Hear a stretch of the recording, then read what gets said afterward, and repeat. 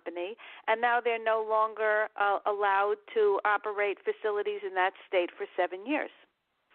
So, and that's just one state. I'm sure, there are situations like this across the country, and that's very unfortunate.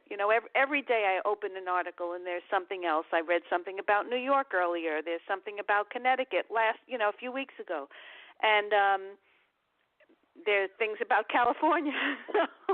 I mean, it's all over the country, and I think that's why I wrote this book, because I want to bring the conversation to a national level so that people will start to demand better for their loved ones and ultimately for ourselves. We're all going to be there sooner or later, hopefully, right? I mean, that's the goal for everybody, to try to make it at least to the elderly age and everything. I know I have some friends that put limits on it. Like I have one friend that basically says that, if they're, I think they put like almost a cap at like around 80 or 90, but they're also talking about like the fact that they don't want to live much longer if they're not going to have quality care, or if they're not going to be able to be fully functional. So they want to be able to be fully functional and be able to really survive and do things of that nature. And I do know that one of the things that I've been really proud of here in North Carolina is that there's a lot of programs that actually work on encouraging some of our elderly to stay involved. Like we have a group here called the Dancing Divas, which is actually a cheerleading squad, and they actually are. Oh, cool! I love it. Yeah, and I think the youngest member might be in their 60s or something like that. But they have members all the way up until like the 80s and the 90s. They travel around. I love that. Hey, listen, I'm in my 60s. Can I come down there and join? I think that would be great. I think they would have no problem with that at all. There's also an African-American quilt circle, and that's actually across the age range. They actually have some that are teenagers, but a lot of the major members are actually in their 60s and 70s as well. And there's a jazz band, and I think the North Carolina Jazz Ensemble, the average age is probably around 65 or 70 or something like that. So there's a lot of these kind of groups that seem to encourage people to stay involved, and maybe even involved in stuff that they might not have been involved in when they were growing up. But I'm thinking most of the cheerleaders might have been cheerleaders in high school, or at least followed their team as fans and everything back in high school and college. But there's just some that are in general just involved. And I think they have one. Well, go ahead. No, go ahead. I'm sorry. Go ahead.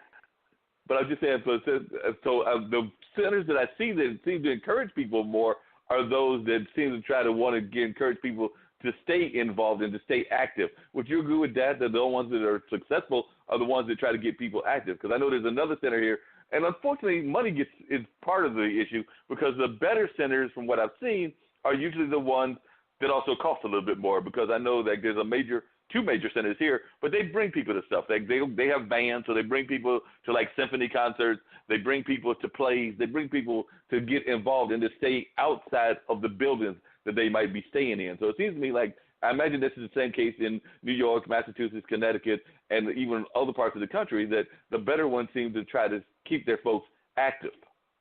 I would agree with you. Actually, I spoke to a gentleman in California several months ago. He has some great programs going on. So it's not always about money. I think it's about a creative approach and thinking, how can you really keep people engaged? So in this particular gentleman, it oversees 70 nursing home facilities owned by this company. Now, I don't know anything about the company, but I only spoke to him about the programs that he's running. And I'll just give you an example of two of them that really probably don't cost very much money. One of them is that I think it's at least once a month in every one of these facilities, wherever they're located, the residents go and they help prepare and serve food in homeless shelters. And that is part of a monthly trip or bi-monthly trip, so there's no extra cost. Usually facilities who, have programs like that have a van or, some kind of transportation right. So that's provided with that.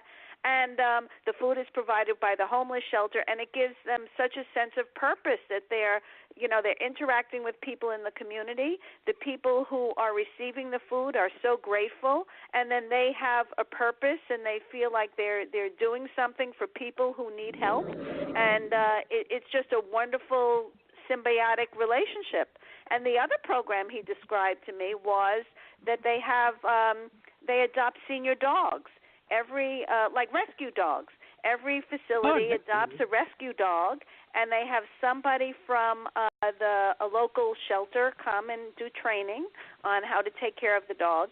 And as many people as possible in the facility can participate in taking care of the dog, even if it's putting down water or brushing a dog. I mean, not everybody has the same level of ability or is interested in interacting the same way. Some people can walk the dog if they're interested. Some people just pet the dog. And then when the dog is ready to be adopted, there's one person in the facility that's like a designee, and that whoever wants to adopt the dog contacts that person, and then the facility decides if that's an appropriate placement for the dog. I mean, wow, what a great use of caring and working with people in the community, and then caring for animals. I mean, I just thought it was great. It just takes creative thinking. It's a mindset. Yeah, definitely. And there's actually a program similar to that in Chapel Hill, North Carolina, which is a town over from me. But it's the organization, I think they're called Cattails or something like that. But it's basically you get to walk into the room and associate with cats, pet the cats, enjoy the cats, and things of that nature. And they're working with a group called the Goat House, and they're trying to encourage people to eventually adopt these cats. But, of course, they check and make sure that your house is cat-friendly and that you're able to actually care for the cat and the cat's not going to be abused or whatever. But I just thought that was an amazing thing that they have this kind of organization. I think we have one other call, so I want to get that on, and expecting those phones to be ringing left and right today. But, Melissa, I was just wondering, how do you think NASCAR is doing in terms of bringing in the elderly to the industry? Because, like I said, we had you on earlier, and I know that that's a target market that NASCAR definitely tries to go after, is folks that are up in age and things of that nature. Of course, the drivers are usually younger, but they oftentimes drive well into their 50s and 60s. Oh, there are drivers that have driven into their 70s. I think, well, that is their core fan base. You know, their core fan base is becoming elderly now, and they do everything that they can to keep them engaged. But let's face it, you know, attending a race is very expensive, and when you're on a supplemented income, you know, you're taking quite a chunk out of your monthly expenses. It's just, you know, it just doesn't make for a good mix with them. But they are still very respectful of their core fan base, and they try to tailor things so that they are still inclusive and that things don't go too far to the left. So I thought it was very interesting to see Monster Energy as their title sponsor for the Cup Series, because Monster Energy is, you know, high energy. You know, they are way over the top. And NASCAR is kind of reserved. You know, they need to catch up with times a little, you know, do a little bit more to be inclusive and, you know, on time with things. But I think they need to reach out to the communities, because you do have seniors that still, like I said, and I just found out that gentleman that I spoke about at the nursing home, my daddy passed away. But you do have elderly people that are NASCAR enthusiasts, and it's the highlight sometimes of their week. I know that gentleman, God rest his soul, you know, he really, you know, he would, you know, really pick up. His spirits really picked up when he was watching a race. And, I mean, he did not take his eye off of the TV screen. So, you know, maybe it's a program that they need to create to get the seniors more involved or keep them involved in the sport, you know, make it more affordable for them to attend, you know, maybe reach out to the nursing homes or, you know, give them a senior citizens discount. You know, if I could just add something to that, you know, because the population is getting older, so, you know, if they want to keep a fan base, because, you know, the statistics are by the year of 2035, there'll be more people over the age of 65 than under the age of 18 in this country. So they have to do something if they want to keep the stands full, you know, and keep people engaged. Absolutely, 100%. I think that's a great idea. You know, maybe they can have a senior citizen day or once a month or something like that. That would be a great idea, and people would love that. It would be a great outing. Yeah, definitely. That would be an amazing idea. Now, Miss Amon, you talked about how the society is aging, so that also means that we're living longer. So, just in general, just in terms of the way that we care for ourselves, do you think that we're doing a good job just in terms of general medical care, just in terms of both the medical care for our elderly, and just also not just the nursing home, but just general medical care. Because it seems to me that every time I turn around, there are a lot of cuts in things that are very important to our elderly, whether that's hospital visits, whether that's whatever. So it seems to me that we're not doing that great a job, but I was just wondering what your assessment was. Yeah, absolutely. As a matter of fact, I just saw, the last few days I've seen this commercial about how, they want to cut the allowances for pharmaceuticals for drugs.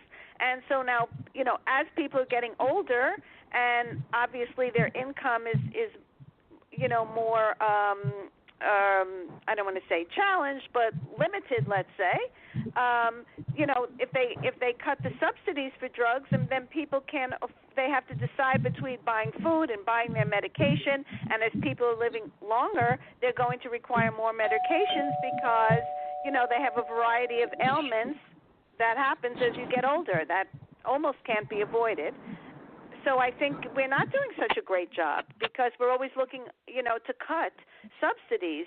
But the older people or people who are income challenged in other ways need it the most. And one of the income challenges that I know exist, well, there's two that exist that I was just wondering if you could comment on, Ms. Amen, is that with gentrification, a lot of times of course, you have some housing that is elderly housing, and that's cheaper housing, but not everybody can get into that housing. And then we're also finding a lot of people, like I know one of the companies that I work for, Measurement Incorporated, which is a testing company, we have a lot of our fellow readers, because I'm a reader in that company, that are in their ages of their 70s and their 80s because they still need some will do it because they just want to get out of the house and they don't want to necessarily stay in the house, or they do it as almost like a hobby. But there's some that do it because they have to do it, because they have to have some form of income. Yeah, they may get Social Security, but that's not enough to live off of. So they need to have some sort of supplemental income. So it seems to me that we need to do a better job even in the ways that we treat our elderly, both in housing and even in the job market. Because I want to say that there was a big push as recently as maybe 5-10 years ago to get more of our elderly even in the fast food industry. Oh, absolutely. And if you go to stores like Home Depot or places like that, I see a lot of people who are probably retirees, and they either work part-time or they need to supplement their income with a full-time job. I think it's great if we can do that, if people still have a sense of purpose, but not. I would hate to think that people feel they need to do it because they can't survive. Do you know what I mean? Definitely, and I think that's unfortunately what happens sometimes. Hey, Dean, did I hear the bell ring again? Yes, you did. Who we got? We got Stafford Braxton, bringing him in right now. Thanks for calling Straight Talk with Dean and Mark. Mr. Braxton, you are now on the line. Hey, what's going on, Mark? Not much. I'm glad you were able to call me Stafford. Stafford is actually an entrepreneur as well. Stafford is actually one of the people that created, and yes, we're all the way in the near springtime, but Stafford during December does the Black Santa Claus here in the area, and he told me that at one point he was thinking about, in the years past, he's done the Easter Bunny. I don't know, did you do the Easter Bunny this year? No, Mark, not messing with the bunny. He said he's not messing with the bunny at all. So what got you into entrepreneurship? One of the things we've been talking about, and I'm sure that you'll be interested in both of these conversations, is with Miss Melisa Miss Melisa LeBron, and I forgot the middle name. I just don't have my stuff in front of me. It's okay. Right. It's okay. Sorry about that. Didn't have the stuff in front of me, my notes and everything. But she's a Nascar owner, and I know that you're an entrepreneur. She's an entrepreneur. And then the other thing that a lot of times when people come to see Santa, it's not just the young kids. It's some of our elderly that come as well. And that's part of what Phyllis Amon does, is she's an advocate for our elderly citizens. So I was just wondering, how did you get involved in entrepreneurship? Because, like I said, you've been doing this Black Santa for a number of years. Yeah, matter of fact, this will be our 7th year doing it here in North Carolina. And I got into it simply because there are less constraints when you're running your own business as opposed to having to work for somebody else. And that was the thing that was most appealing to me. Plus that, and you can make more money working for yourself than you can for somebody else. Mm-hmm. Amen to that. Amen. Yeah, Melissa would probably agree with that, but she's also got to invest a lot of money because she's running a whole NASCAR car operation in addition to a record label. So I'm sure that she has to invest a lot. But you also have to invest a lot in your business as well, Stafford, because those cameras you got are not exactly cheap. No,